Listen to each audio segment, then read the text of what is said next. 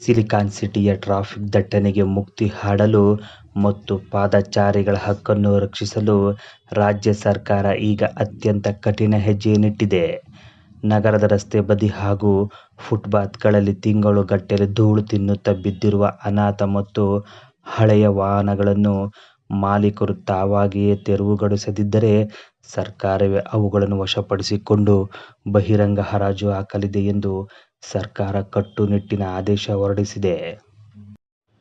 ಬೆಂಗಳೂರು ನಗರಾಭಿವೃದ್ಧಿ ಸಚಿವ ಕೃಷ್ಣ ಬೈರೇಗೌಡ ಅವರು ಈಗಾಗಲೇ ಸಂಚಾರಿ ಪೊಲೀಸರು ಮತ್ತು ಜಿಬಿಎ ಅಧಿಕಾರಿಗಳೊಂದಿಗೆ ಜಂಟಿ ಕಾರ್ಯಾಚರಣೆಗೆ ಚಾಲನೆ ನೀಡಿದ್ದಾರೆ. ನಗರದಾದ್ಯಂತ ರಸ್ತೆ ಬದಿ ಅನಾಥವಾಗಿ ಬಿದ್ದಿರುವ ವಾಹನಗಳನ್ನು ಪೊಲೀಸರು ಮೊದಲು ಗುರುತಿಸುತ್ತಾರೆ.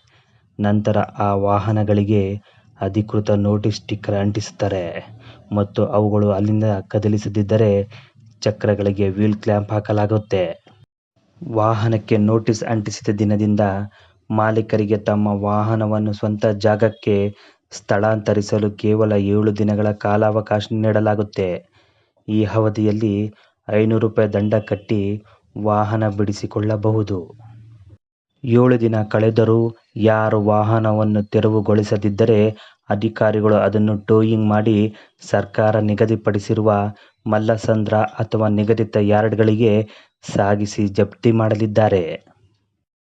ಜಪ್ತಿ ಮಾಡಿದ ನಂತರವೂ ಮಾಲೀಕರು ಬರದಿದ್ದರೆ ಪತ್ರಿಕೆಗಳಲ್ಲಿ ಪ್ರಕಟಣೆ ನೀಡಿ ಕೇವಲ 15 ದಿನಗಳ ಒಳಗಾಗಿ ಆ ವಾಹನಗಳನ್ನು ಕಾನೂನುಬದ್ಧವಾಗಿ ಬಹಿರಂಗ ಹರಾಜು ಹಾಕಲಾಗುತ್ತೆ. ಒಮ್ಮೆ ಹರಾಜಾದ ಮೇಲೆ ವಾಹನದ ಮೇಲೆ ಮೂಲ ಮಾಲೀಕರಿಗೆ ಯಾವುದೇ ಹಕ್ಕು ಇರುವುದಿಲ್ಲ. ಬೆಂಗಳೂರು ನಗರದಲ್ಲಿ ಸಂಭವಿಸುವ ರಸ್ತೆ ಅಪಘಾತಗಳ ಸಾವಿನಲ್ಲಿ ಶೇ.30ರಷ್ಟು ಪಾದಚಾರಿಗಳೇ ಆಗಿರುತ್ತಾರೆ ಎಂದು ಇಲಾಖೆಯ ದತ್ತಾಂಶಗಳು ಹೇಳುತ್ತವೆ.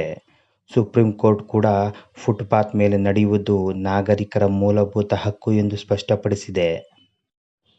ಸದ್ಯ ನಗರದಾದ್ಯಂತ ಪೊಲೀಸರು ಪ್ರಾಥಮಿಕವಾಗಿ ಸುಮಾರು 1571ಕ್ಕೂ ಹೆಚ್ಚು ಅನಾಥ ವಾಹನಗಳನ್ನು ಗುರುತಿಸಿದ್ದು, ಸಾರ್ವಜನಿಕರು ಕೂಡ ಇಂತಹ ವಾಹನಗಳ ಬಗ್ಗೆ ಸಂಚಾರಿ ಪೊಲೀಸರ ಅಸ್ತ್ರಂ ಆ್ಯಪ್ ಮೂಲಕ ದೂರು ನೀಡಬಹುದಾಗಿದೆ. ಬೆಂಗಳೂರಿನ ರಸ್ತೆಗಳನ್ನು ಸಾರ್ವಜನಿಕರು ತಮ್ಮ ಸ್ವಂತ ಪಾರ್ಕಿಂಗ್ ಜಾಗದಂತೆ ಬಳಸುವುದನ್ನು ನಿಲ್ಲಿಸಬೇಕು.